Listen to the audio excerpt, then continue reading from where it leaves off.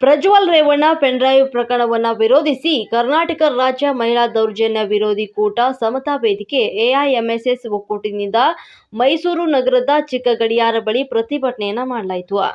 ಈ ಸಂದರ್ಭದಲ್ಲಿ ಪ್ರಜ್ವಲ್ ಒಬ್ಬ ಕೇಡಿ, ಅವನಿಗೆ ಹಾಕಿ ಬೇಡಿ ಅಂತ ಘೋಷಣೆಗಳು ಕೂಗಿ ಬಂದವು.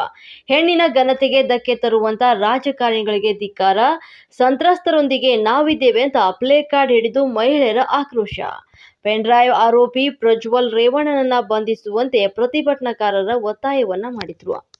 ಬಂಧಿಸಿ ಬಂಧಿಸಿ ಪೆನ್ಡ್ರೈವ್ ಆರೋಪಿಯಾದ ಪ್ರಜ್ವಲ್ ರೇವಣ್ಣನನ್ನು ಈ ಕೂಡಲೇ ಬಂಧಿಸಿ ಬಂಧಿಸಿ ಬಂಧಿಸಿ ಬಂಧಿಸಿ